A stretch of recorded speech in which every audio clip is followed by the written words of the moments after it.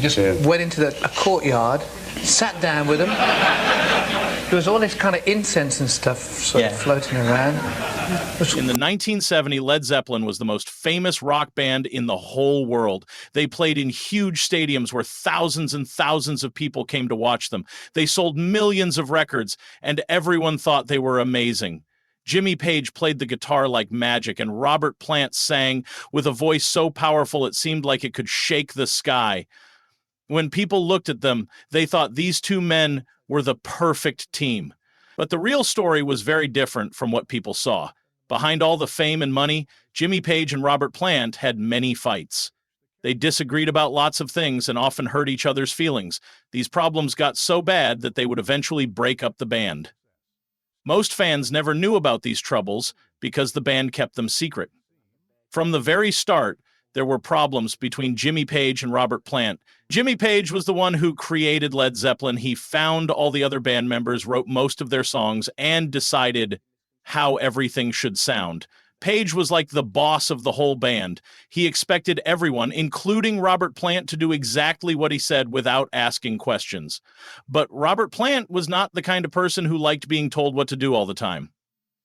He was the singer, and he was the one that most people came to see at concerts. Plant wanted to have more say in what songs they played and how they sounded. He had his own ideas about music, but Page often said no to them or just ignored what Plant wanted. This made Plant very angry and upset. Plant felt like he was just there to sing the words that Page wrote instead of being a real partner in making the music. When they were in the recording studio making albums like Houses of the Holy and Physical Graffiti, their fights got even worse. Plant would suggest changes to songs or want to write words that meant something special to him, but Page would refuse to let him do it. Page wanted to keep making the same kind of mysterious blues rock music that had made them famous, but Plant wanted to try new things and grow as a musician. Every time they worked together, they would argue, and neither one was happy with the final result. During their concerts, the problems became even more obvious. Page would play very long guitar solos that lasted for many minutes. While he was playing, Plant had to just stand on stage with nothing to do except wait for his turn to sing again. The fans loved Page's guitar playing, but Plant felt like he was being pushed aside and forgotten. Plant was supposed to be the front man of the band, the main person that everyone looked at. But in reality, Page had all the power. Page and their manager Peter Grant made all the important decisions about tours, when to release albums, and even what songs they would play at concerts. Plant was expected to just show up and perform, but his opinions didn't seem to matter much. This treatment made Plant feel bitter and angry, especially since the fans saw him as one of the most important parts of Led Zeppelin's success. He felt like a second-class member of his own band, even though he was one of the main reasons people loved the group. Everything changed in 1977 when something terrible happened to Robert Plant. His 5-year-old son, Carrick, died suddenly from a stomach sickness. Plant was completely heartbroken by this loss. The sadness was so overwhelming that he couldn't think about anything else, including music. The rock and roll lifestyle that had once been exciting to him now seemed pointless and empty. All he wanted was to step away from being famous and take time to grieve for his son properly. Jimmy Page's reaction to Plant's tragedy showed just how different these two men really were. While Plant was dealing with the worst thing that could happen to a parent, Page was mainly worried about keeping Led Zeppelin going. He couldn't understand why Plant would want to take a break from the band, even for something as serious as the death of his child. Page saw Led Zeppelin as his life's work, something that was more important than any personal problems. His cold response to Plant's grief hurt Plant very deeply and made their relationship even worse. Plant never forgot how Page acted during this difficult time. It made him realize that Led Zeppelin had never really belonged to him. It was Page's band, and Plant was just there to help make Page's dreams come true. This understanding filled Plant with anger and resentment. For the first time, he didn't just want to leave the band, he wanted to destroy it completely. While Plant was struggling with his personal loss, Jimmy Page was dealing with his own serious problem. He had become addicted to heroin, a very dangerous drug. The drug was affecting everything about his life and his music. Some nights, Page could still play guitar brilliantly, creating the magical sounds that had made him famous. But other nights, he could barely stand up or hold his guitar properly. The other band members never knew which version of Page would show up for practice or concerts. Page's drug problem wasn't his only issue. He had also become obsessed with the occult and black magic. He bought a big mansion called Bullskin House that had once belonged to Aleister Crowley, a famous person who practiced dark magic. Rumors spread that Page was performing strange rituals in the house and surrounding himself with symbols and books about supernatural powers. Some people thought this was just Page trying to create a mysterious image for himself, but others worried that he was getting involved in something truly dangerous. Robert Plant, who had always been more interested in spiritual matters in a positive way, was disturbed by Page's fascination with dark magic. The atmosphere around Page had become creepy and uncomfortable.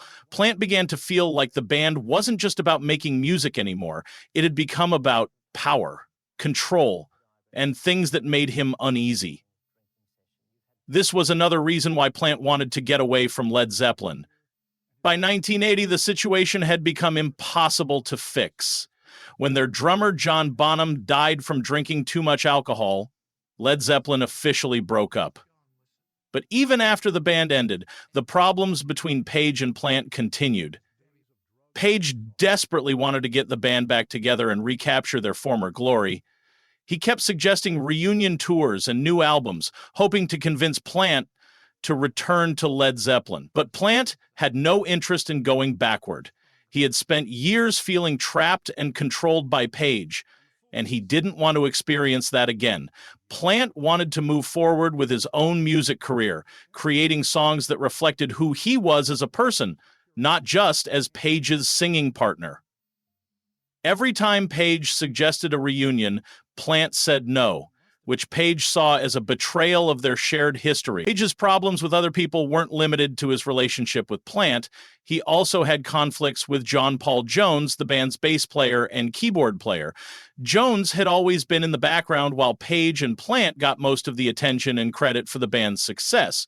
When Page and Plant did some projects together in the 1990s, they didn't even invite Jones to participate. This was a huge insult to Jones, who had been just as important to Led Zeppelin's sound as the other two. In the early 2000s, Page tried to work with a band called the Black Crowes, but that collaboration also ended badly. Page was used to being in complete control of his musical projects, and he couldn't compromise or share creative decisions with the other musicians. His need to dominate every aspect of the music-making process made it impossible for him to work well with others. Legal problems also followed Page for many years.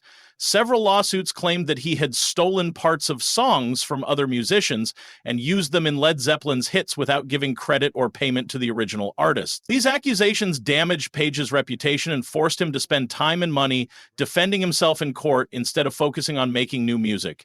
Perhaps the saddest part of Jimmy Page's story is how isolated he became in his personal life. While millions of fans around the world loved his music, Page struggled to maintain close relationships with family and friends.